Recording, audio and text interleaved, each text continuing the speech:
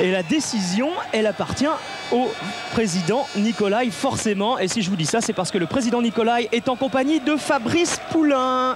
Oui, Eric, en compagnie du président Nicolai. Alors, président, vous avez vu un petit peu le reportage de Cyril Linette. Eh bien, les conclusions du président et quelle est la situation exacte? La situation exacte, c'est qu'Anto est à Bastia. Il va jouer ce soir contre Bordeaux. Et il rejouera contre Marseille et en Coupe de France si nous sommes tirés au sort à Bastia l'année prochaine, 97. De toute façon, Anto est à Bastia au minimum jusqu'à mai 97. Et nous ne transférerons personne avant mai 97 parce qu'il en va de l'intérêt sportif de cette équipe qui est un groupe qui, à mon avis, doit gagner quelque chose. Et ce soir, ça fait partie de ce challenge et Anto fait partie de ce groupe. Donc, il n'y aura pas de départ avant mai 97 du Sporting Club de Bastia. Merci, président. Voilà ce qui est clair, Eric. Et puis, ça démontre aussi les ambitions du Sporting Club de Bastia. Eh bien, voilà. Ça signifie beaucoup de choses, la réponse du président Nicolai. Sur le non-départ d'Anto Drobniak, je crois que c'est bien. Ça veut dire que Bastia sacrifie peut-être une rentrée d'argent à la réalité du terrain et qu'ils sont devenus très ambitieux match après match. Et ils ont raison parce qu'on le disait tout à l'heure avec ce classement, ils ont la place pour être ambitieux et que ce soir, ça peut être véritablement la bascule pour de grosses ambitions jusqu'à la fin de la saison. Alors Claude, on a parlé tout à l'heure des face-à-face entre Roll et Ziani. On y reviendra lors de la composition des équipes. Entre Drobniak et Bodard, forcément. Il y a un autre face-à-face, mais celui-là, il est verbal. C'est entre Antonetti et Courbis. On a eu l'idée de demander à Roland Courbis de poser 3 questions à Frédéric Antonetti. Alors il nous a dit d'accord, il les a préparées, c'était avant le match Bordeaux-Rennes. Et il nous a dit bon alors à une condition, hein, vous lui les posez comme ça et il n'a pas le temps de réfléchir. Donc voilà, les 3 questions préparées par Roland Courbis pour Frédéric Antonetti, l'entraîneur de l'équipe de Bastia. Première question. D'abord, félicitations pour le parcours réalisé par Bastia qui a fait un recrutement avec des joueurs complémentaires et de bons joueurs. La première, c'est avec la blessure de Moraxic. Est-ce que Fred, tu aurais pensé que ton équipe continue à être aussi performante? C'est un leader sur le terrain, en dehors du terrain. Il donnait confiance à l'équipe. Mais c'est vrai que l'équipe a bien réagi. Il y a eu de la chance aussi à un moment donné. On a eu quelques résultats favorables où ça aurait pu mal tourner contre nous. Mais je dirais qu'à un moment donné, quand il s'est blessé, c'est vrai qu'on perdait vraiment un joueur de valeur. Compte tenu d'une trêve qui est toujours difficile à négocier, quand c'est que tes joueurs reprennent? Ils vont reprendre le 2 au soir par un footing, donc chose normale, je dirais. Ils ont 12 jours de vacances parce que je pense que ça fait 6 mois qu'on est sur la brèche.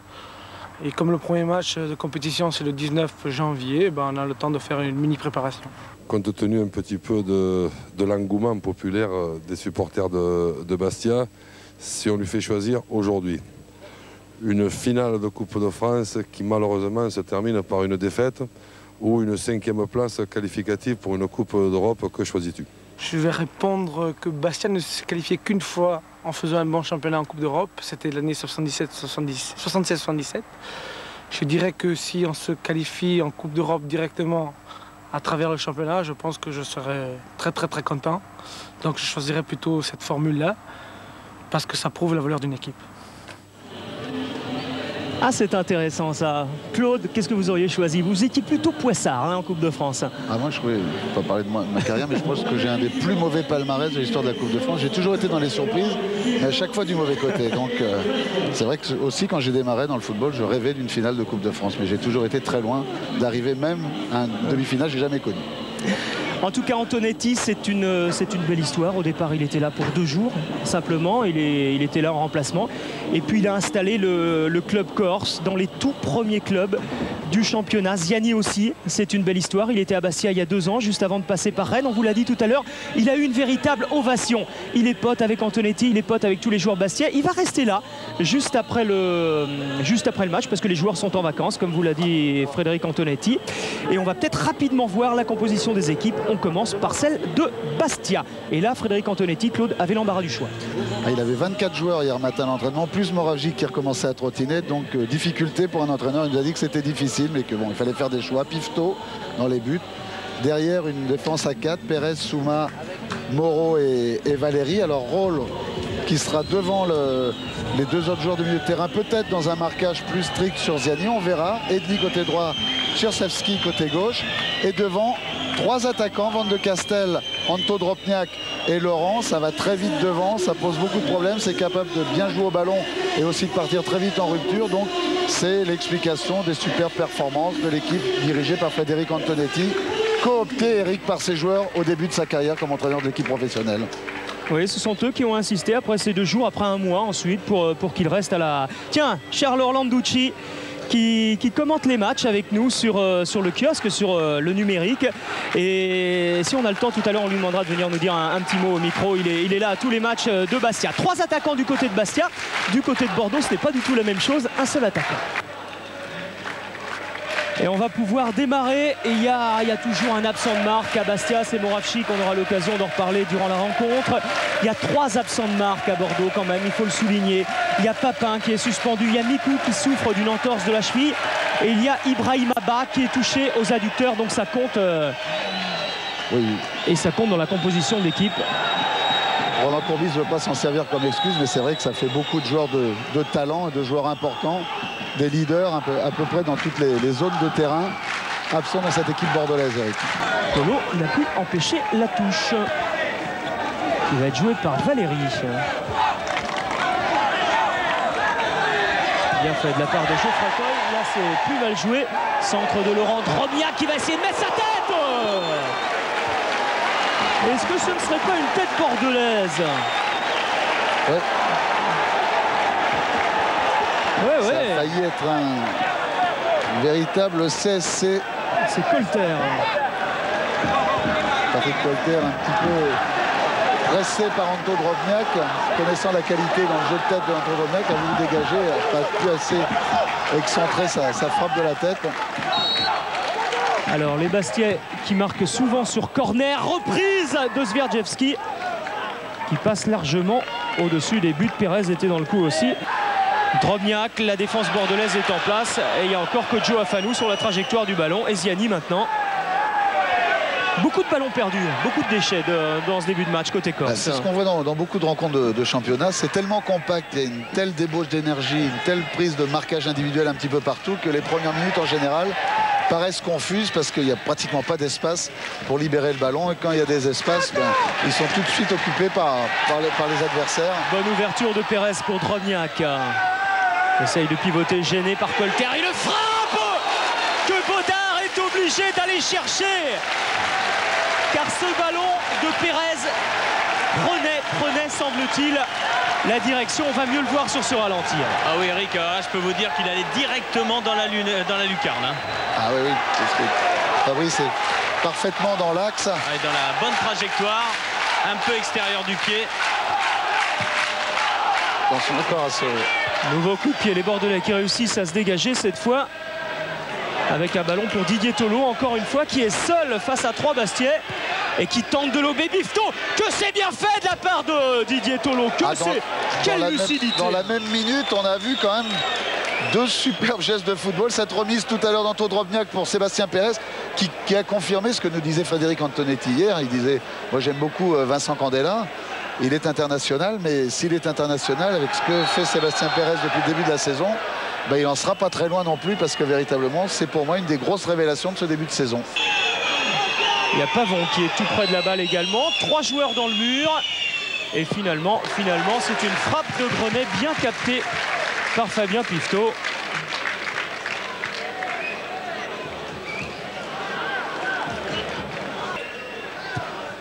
Grenet en retrait pour Toy. On joue dans un tout petit périmètre. Et cette fois, on va pouvoir prendre du champ peut-être avec Didier Tolo qui ouvre, superbe ouverture, et Pifto qui sort dans les pieds d'Afanou. Que c'est bien fait de la part de Tolo. Afanou était un petit peu court, on les voit beaucoup ces 2 joueurs. Encore un ballon perdu par les Bastiais.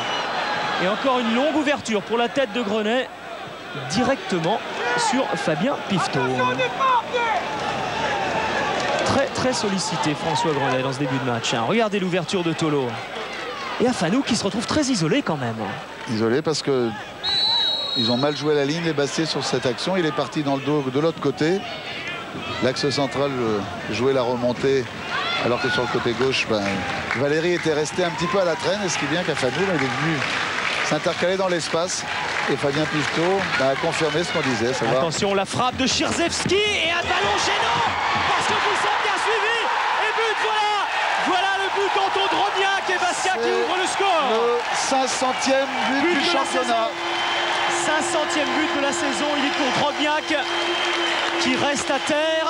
Et Claude Héry, ce qui est sensationnel et fabuleux, c'est que juste avant que Chirzewski ne frappe le coup franc, eh bien c'est Antonetti qui lui a dit frappe fort et il faut que Drobniak suive derrière. C'est ce qui s'est passé. La balle a fusé. On va voir, elle fuse juste avant d'arriver. Elle rebondit, relâche. C'est le 12e but de la saison pour Drobniak qui reste quand même toujours à terre.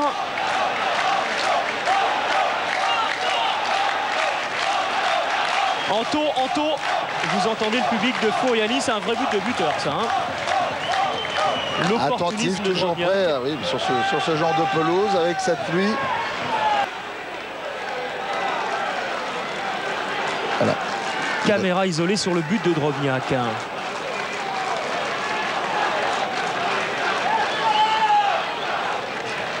Ou la façon... Jérôme Revon l'avait bien suivi et c'est vrai qu'il a une course de véritable chasseur.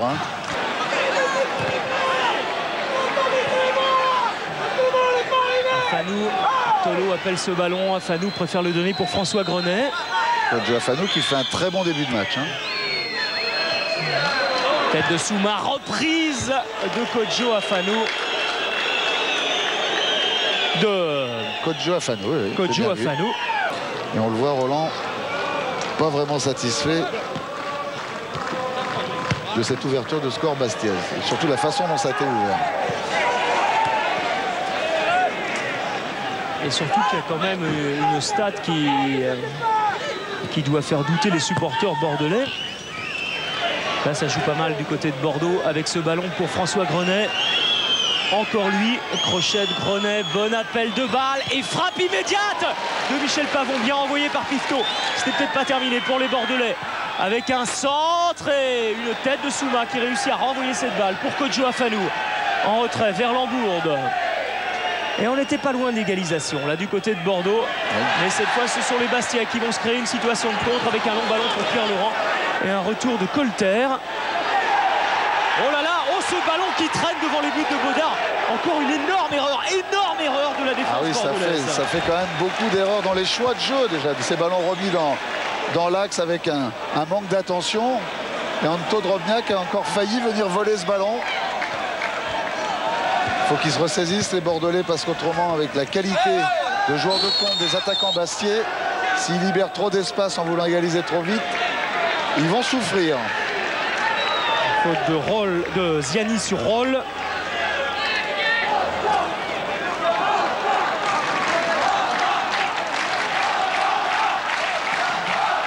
Et Baudard qui doit être plus attentif que jamais après ce qui lui est arrivé. Coup franc tiré par Laurent. Prolongé, voilà le deuxième but Bastiais. Superbe. Suite à ce coup franc tiré par Pierre Laurent, c'est Pérez. Encore, on en parlait. Pérez qui marque. On parlait de lui, de Sébastien Pérez, de tout ce qu'il apporte. Et 2 coups de pied arrêtés, Eric. Un coup franc d'entrée, relâché, un deuxième coup franc. Ça fait 2-0. On voit sur ce ralenti de Jérôme Revon, comment il va venir voler ce ballon. Et là, Gilbert Baudard qui s'était détendu côté droit sur la première frappe de Sébastien Pérez au début du match, n'a pas pu se détendre côté gauche sur ce ballon soufflé de la tête. Un début catastrophe pour les Bordelais. Alors, il y a Colter et il y a Gralac. Les deux ont une formidable force de frappe. Et il y a 11 Bastiais solidaires. Et un ballon qui fuse. Frappe de Gralac renvoyée par la défense. La reprise de Domoro, ballon contré. Et finalement, c'est Tolo. C'est Tolo qui marque. Et Bordeaux qui revient à 2-1 et qui relance complètement Claude Sédric. Ah oui, c'était une première frappe de Gralac renvoyée. Une deuxième frappe bordelaise renvoyée. Et Didier Tolo, capable à son habitude de déclencher très rapidement des frappes, qui prend presque à contre-pied au départ, en tout cas sur ses appuis, Fabien Piveteau. Et c'est son 5e but cette saison à Didier Tolo, lui qui n'est pas toujours titulaire. Attention, Pierre Laurent qui se précipite cette fois. Bodard a réussi à devancer tout le monde. C'est son 5e but, Didier Tolo. Il avait déjà marqué contre le Havre, 2 buts contre Lille, et puis il avait marqué à Nantes également alors qu'il était entré en cours de jeu. Et voilà qui confirme. Et à 5 minutes de la mi-temps, ben ça, vous le disiez Eric, ça relance alors complètement cette rencontre. C'est vrai que les Bordelais qui semblaient un petit peu secoués ben vont reprendre espoir. Et puis à la mi-temps, Roland va resituer tout ça. Je pense va leur demander d'arrêter de faire des fautes, comme Gralac a failli encore en faire une juste après le but qu'on revoit sur le ralenti de Jérôme Revon. Il a mis encore un ballon transverse derrière. On passe par Stéphane Ziani, Colter. Colter encore pour Domoro qui va prolonger. Zvierdjevski s'était bien jeté sur ce ballon. Alerte Van de Castel. Et il y a Trombiac qui se précipite au centre. Il y a Laurent également au centre de Van de Castel. Ce sera un corner. Ah, ce sera un corner. Il a voulu faire intérieur pied droit. Drobniak est un peu content. Il a tapé dans le poteau bordelais. Mais Van de Castel a essayé de mettre ce ballon dans le dos des défenseurs bordelais pour Antoine Drobniak.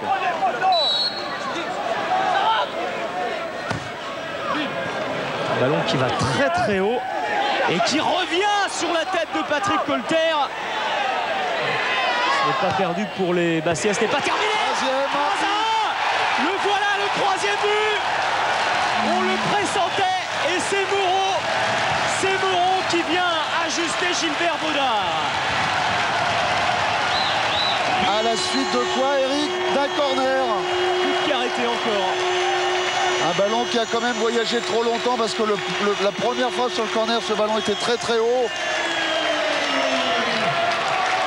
C'était pas super bien joué, ça a été remis dans le paquet, décalé au 2e poteau, sorti des 16,50 m et à nouveau Fabrice Moreau envoie le dépit des défenseurs bordelais qui lèvent tous les bras. Ils lèvent pas les bras de plaisir mais de dépit, d'incrédulité. Premier but cette saison pour Patrick Moreau. Ah ouais, ça c'est terrible pour les Girondins ce qui leur arrive parce que... À 2-1, c'est vrai que la vie de cette équipe dans les vestiaires pendant le quart d'heure avec Roland Courbis aurait été complètement différente de tout ce qui va se passer maintenant pendant les 15 prochaines minutes. Bon écoutez, pour nous c'est parfait, 4 buts, on espère en voir autant en seconde période. Mais c'est vrai que le message de Roland Courbis va être totalement différent de ce qu'il aurait dû être il y a 2 minutes encore. Eric, je suis en compagnie du 3e buteur corse. Patrick, il était important de marquer ce 3e but juste avant la mi-temps. Ouais, c'est vrai qu'on avait 2 buts d'avance, on a pris un but bête sur coup franc. Bon, avec 2 buts à la pause, on va essayer de conserver ce score. Et encore une fois, sur un coup de pied arrêté, avec une tête au premier poteau, vous voulez travailler? Ouais, c'est pour l'instant, on marque assez de buts sur corner, ce coup de pied arrêté, mais tant mieux pour nous. Merci Patrick. Grand bonheur pour Patrick Moreau, ça sent sur son visage. Une formidable joie. L'ancien Stéphanois, les Stéphanois qui réussissent bien à Bastia. Hein. Sébastien Pérez, Patrick Moreau, belle soirée pour eux. Tchersevski. Alors voilà, ça ce sont encore les vestiaires, on va bientôt dire les anciens vestiaires, puisque les nouveaux seront dans la nouvelle tribune qui sera prête pour le 20 janvier, c'est-à-dire pour la reprise. Il y aura tous les locaux administratifs, il y aura les nouveaux vestiaires. Et ça va changer pas mal de choses. Allez, on va laisser tous ces joueurs rentrer. Ça va être Courbis, ça va être le coup de gueule, ça va être le... Non, je pense qu'il va leur montrer à quel point il est déçu. Je pense qu'il va jouer là-dessus.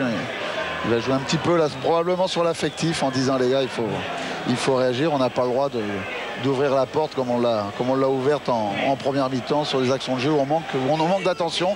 Mais les Bastiais, 3-1, bah, c'est aussi la résultante de cette volonté incroyable dont ils ont fait preuve pendant les 45 premières minutes. Et c'est pas par hasard s'ils sont 3e. Ils avaient raison, nos amis tout à l'heure, de dire que bah, y avait une grande qualité de jeu. On ne va pas aller à Paris tout de suite, mais on a la chance d'avoir à côté de nous, vous l'avez aperçu, Au début du match, Charles Orlanducci, ça ce sont des bons souvenirs hein, pour tous les mordus de foot qui sont devant Canal. Alors, oui Claude. Et Charles, je pense qu'il va pouvoir suivre avec nous un serveur des buts marqués, volés comme ça de la tête, soufflés par les Bastiais depuis le début du championnat. On regarde ça tout de suite. Charles, d'abord, une petite question. D'abord, bon, tous les gens qui vous suivent sur le numérique vous retrouvent régulièrement. C'est cet esprit-là qu'on retrouve Bastia ce soir. Il y a une formidable volonté de conquête. C'est l'esprit corse tel qu'il se oui, disons que surtout en ce moment, c'est la force de Bastia, cet esprit de volonté, de rage de vaincre. Cette façon de jouer le contre, d'être agressif au milieu de terrain dans le bon sens du terme, fait que Bastia est à sa place actuellement. Charles, on va regarder le serveur dont parlait Claude et puis on rediscute un petit peu ensemble tout à l'heure. Allez, c'est parti. Regardez. But marqué par Pierre Laurent. Et c'était le match aller, c'était à Bordeaux. Coup de pied arrêté. Encore un coup de pied arrêté et un ballon soufflé comme ça, venu couper une trajectoire au premier poteau. C'est quand même une grosse spécialité bastiaise. Et Sébastien Pérez, on va voir qu'il est capable de faire ça des deux côtés, puisque contre Metz, lors de la 18e journée, il avait marqué à 10 minutes de la fin ce but ici à Bastia, mais sur une trajectoire complètement opposée à celle d'aujourd'hui. Mais encore une fois, en venant couper un ballon au premier poteau. Et ça, c'est le but d'aujourd'hui, de ce même Sébastien Pérez qui comble de joie Patrick Moreau, qui tape sur le poteau. Et ce même Patrick Moreau qui, lui, vient marquer ce troisième but. Et on va voir l'opportunisme. On a failli voir, on va le revoir, l'opportunisme d'Anton Drobniak sur un ballon relâché par Bruno Valanconi. Et Anton Drobniak, il marque une autre fois à 9 minutes de la fin. Regardez ce ballon relâché, il est là, le renard des surfaces monténégrins qui, je pense, avec cette place bastiaise, et on revoit cette faute de Baudard. Vous êtes surpris, vous, par la réussite de cette équipe de Bastia? Parce qu'on se disait, quand Moravchik s'est blessé, bon, ça va pas se passer de la même façon. Et puis l'équipe est toujours là. Et puis elle est à la 3e place. Elle est en course pour l'Europe. C'est quelque chose qui vous surprend, ça? Non, pas tout à fait. Parce que Bastia a misé cette année sur un recrutement assez complet. Disons, les joueurs sont complémentaires. Et puis fournit en effectif une vingtaine de joueurs qui sont tous d'à peu près égale valeur. Non, disons que l'absence de Moravchik au départ a été un peu ressenti, a fait un peu peur en quelque sorte, mais la compensation est tout de suite venue la compensation a été faite par la volonté du groupe, l'ambiance qui règne. Et qui règne non seulement sur le jour du match, mais toute la semaine à l'entraînement. Allez, Fabrice juste avant, bien sûr, avec Sébastien Pérez. Oui, avec Sébastien Pérez. Sébastien, un but pour vous. Beaucoup d'activités en première période. Et puis Bastia qui mène surtout 3-1 à la mi-temps. Oui, c'est bien pour la suite. Bon, deuxième mi-temps difficile, je pense, avec une réaction. Je pense que Bordeaux a fait rentrer 2 attaquants, il me semble. Donc ils ont encore à vouloir revenir au score. Et c'est à nous de bien rester derrière et pourquoi pas avoir quelques contres. Les conseils donc de Frédéric Antonetti, c'était surtout de rester bien groupé, faisant bloc, et puis avec un contre, peut-être marquer un 4e but. Voilà, parce qu'on sait que s'ils attaquent, ils vont se livrer. Et nous, on a des attaquants assez rapides, surtout sur les côtés, avec Van de Castel et Laurent. Donc les coups sont jouables et il faut les jouer à fond. Alors c'est peut-être une erreur de Roland Courbis d'avoir fait sortir trop tôt ses joueurs? Pas une erreur, les joueurs voulaient rentrer. Je pense que l'information va vite dans des vestiaires de football. On l'a vu, Sébastien Pérez savait déjà qu'il y avait deux rentrées côté bordelais. Pour Zanotti qui remet pour Didier Tolo. Bon retour de Zvierdjevski. Souma. Ouverture pour Van de Castel qui n'est pas hors jeu. Retour ça va plonger. Van de Castel qui a vu au centre. L'arrivée et le sauvetage de Baudard. Drobniak qui essaye de remettre. Oh, quelle était belle cette reprise de Laurent. C'est peut-être pas terminé. Baudard qui est obligé d'aller très haut. Pas fini. De boxer ce ballon. Van de Castel encore. Et cette fois, Baudard n'a aucune difficulté pour intervenir. Tcherchevski, on va revoir sur ce ballon que Gilbert Baudard va sauver parce que c'est véritablement un sauvetage sur du genou. Et juste après cette action, Anto Drobniak a un peu pris le ballon devant Tcherchevski qui arrivait dans la foulée. Voilà Zvierdjevski. Ballon qui n'est pas perdu. Et Bastier qui continue à se battre avec une vaillance. Mais il ne faudrait pas être réducteur et penser que c'est seulement la vaillance qui les fait gagner des matchs. C'est le talent, c'est une qualité collective, c'est une idée du jeu. Oui, le ballon est loin, mais on sait que ça fuse.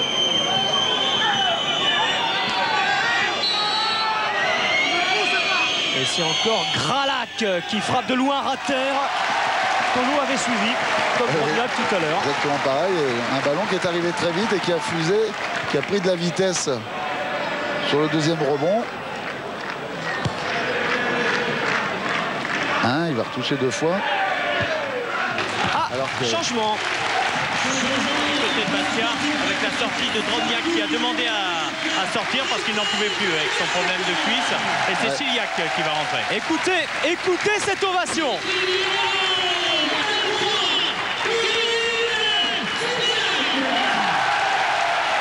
Un international slovène qui prend la place d'un international yougoslave originaire du Monténégro. D'ailleurs, il va rejoindre après son équipe de Yougoslavie en Amérique du Sud, Anto Drobniak. Chiliac qui était... Chiliac, on dit. Chiliac. Oui. Chiliac.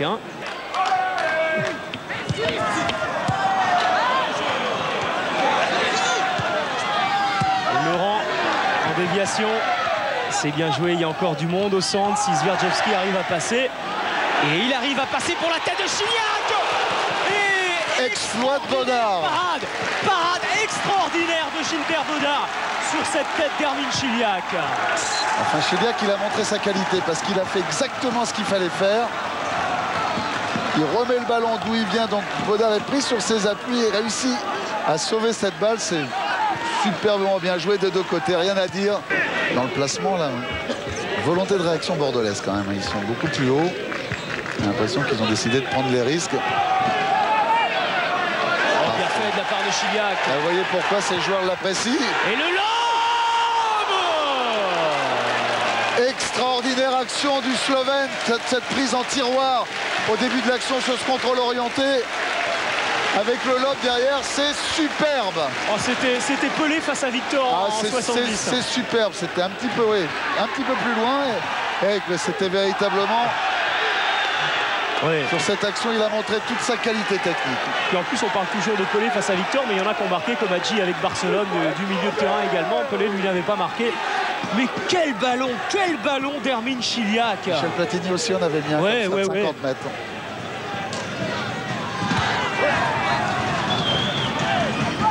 Le stade s'est tu d'un coup. Il y a eu une immense clameur et puis tout le monde s'est tu.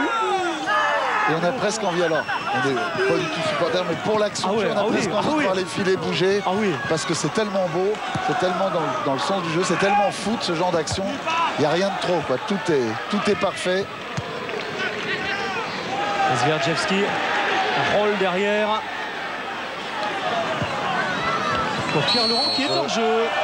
Je suis pas sûr. On va voir. Regardez, prise de balle petit geste sur le tiroir.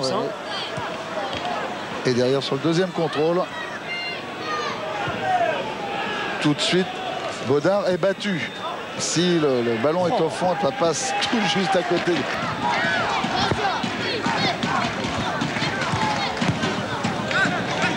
Ça joue bien, ça joue facile.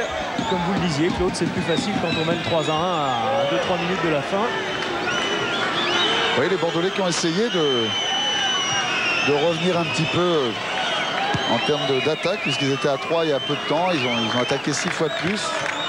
Il n'y a eu qu'une seule vraie occasion, mais au moins ils ont tenté jusqu'au bout, là, à essayer de poser des problèmes. Mais ce soir, la qualité, la volonté, la détermination, l'enthousiasme, le bonheur de jouer ensemble, c'était du côté Bastier. Ziani.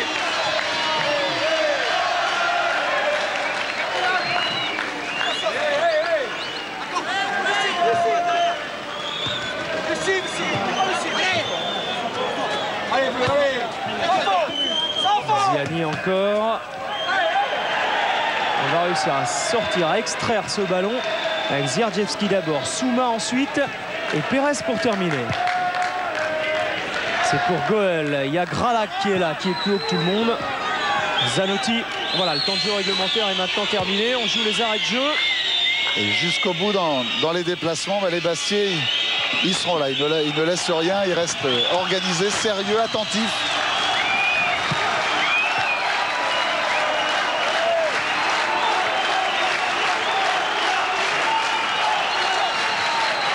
Et ça va faire plaisir à Frédéric Antonetti parce que le public bastiais fait la fête à son équipe. Voilà. Ils sont debout, c'est un début de standing ovation. Premier entraîneur corse de Bastia. Hein. Certains étaient quasi naturalisés corse, en mauvais jeu de mots, comme Pierre Cahuzac. C'est vrai, c'est vrai. Ou Guy Caléjac. Voilà, c'est alors fini. Ça y est, gardez le bonheur. C'est fini, il est heureux, il est heureux. Comme tout le monde Bastien. Oui, parce qu'ils s'estiment tous les deux, Frédéric Antonetti, Roland Courbis. Grosse réussite, formidable travail de Frédéric Antonetti ici à Bastia. Il souffle.